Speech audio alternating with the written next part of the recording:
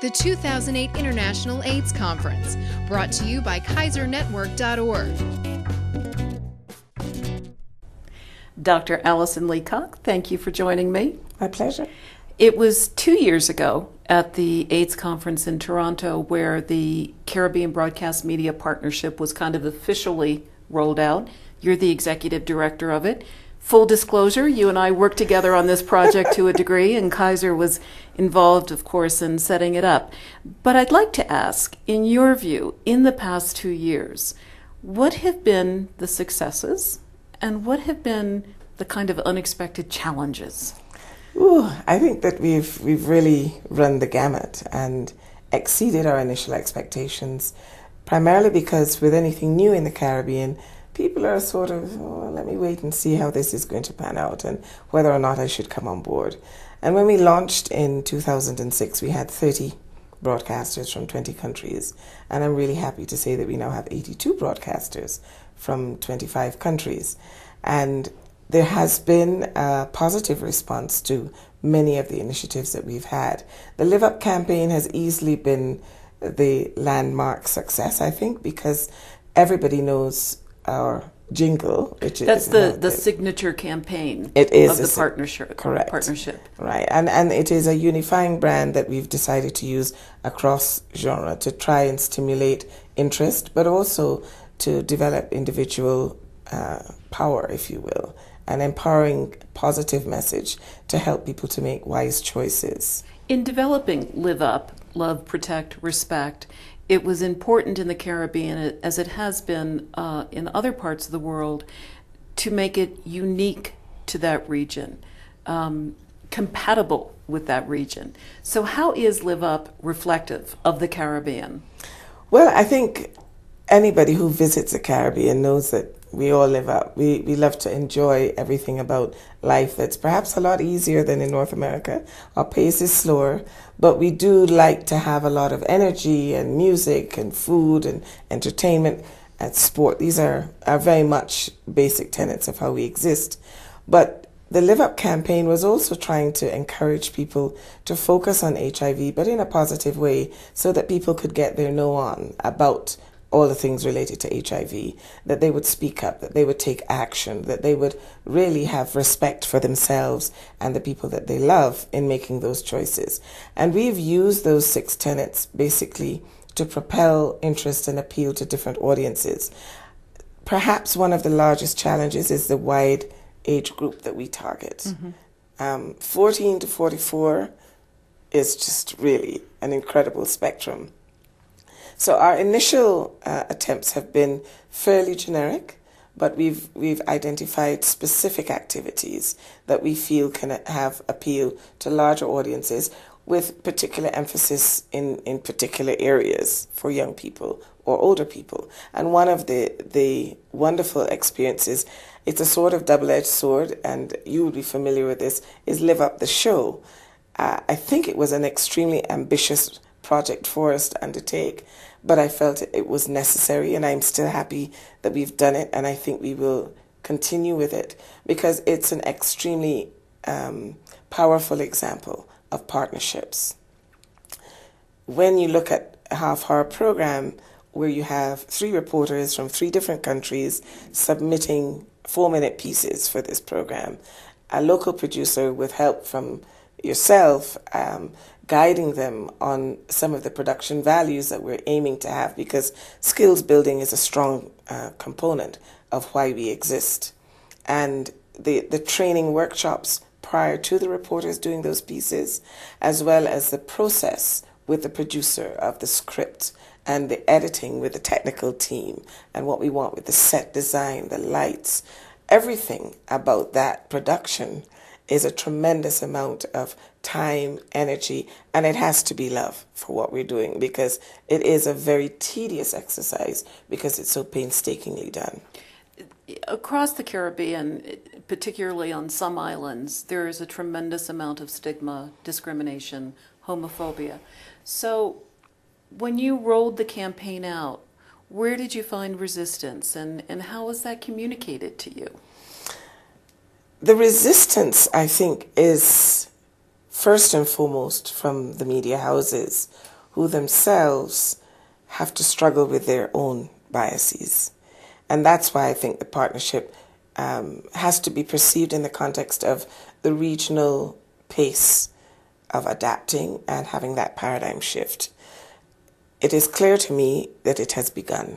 When we first started the exercise, people were responding, but I don't know that they were owning it as much as I've seen recently.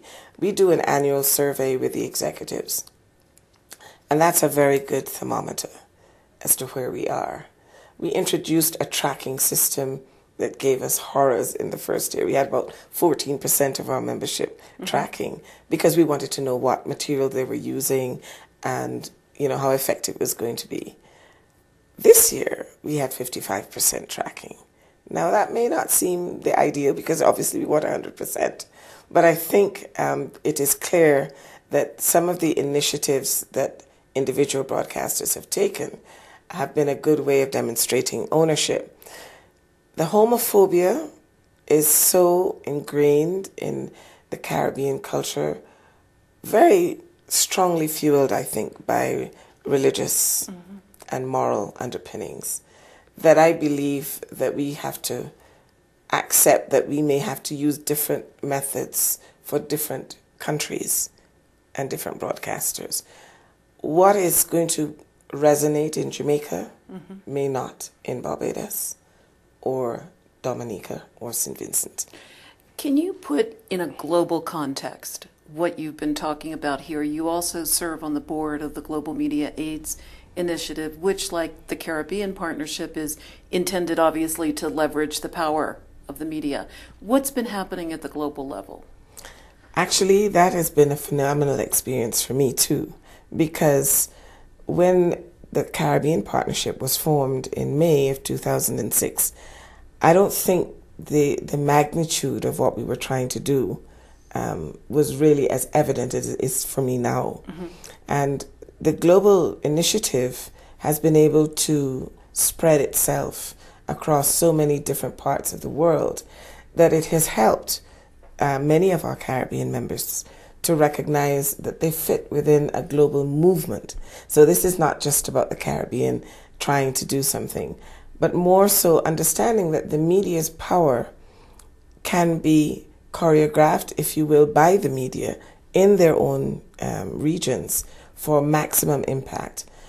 The partnerships that have been developed through the CBMP with a number of regional and international entities have also been able to demonstrate that this Global Media AIDS Initiative could end up having the media lead many other organizations into how they can better get their message out and have greater impact.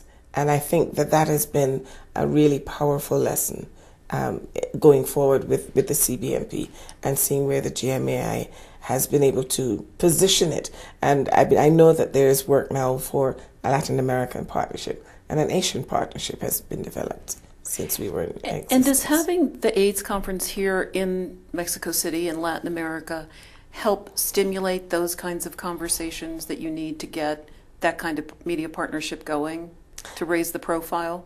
I think it does. But again, I would have a caveat.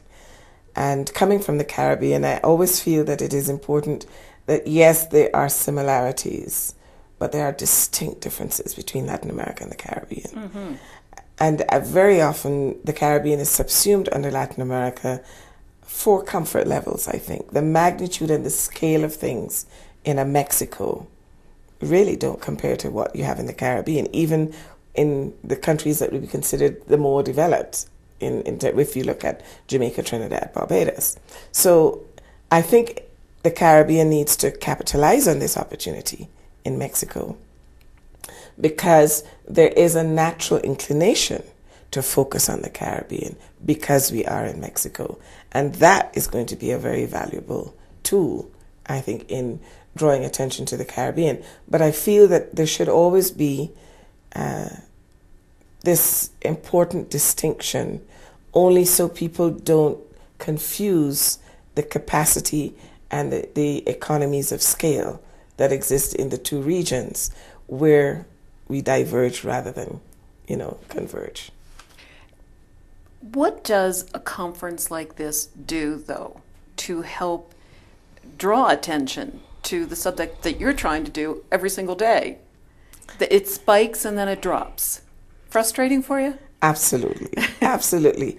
I think one of the things that we've noticed in the region a lot is that depending on the leadership, the momentum changes. And when you have attempts at coordinating a regional response to HIV, and you have political changes or leadership changes in organizations, you do see peaks and troughs in the responses. This kind of experience, though, in particular, and I have to say, I did not have the advantage of experiencing the pre-conference training that is mounted by Kaiser with the IAS fellowships.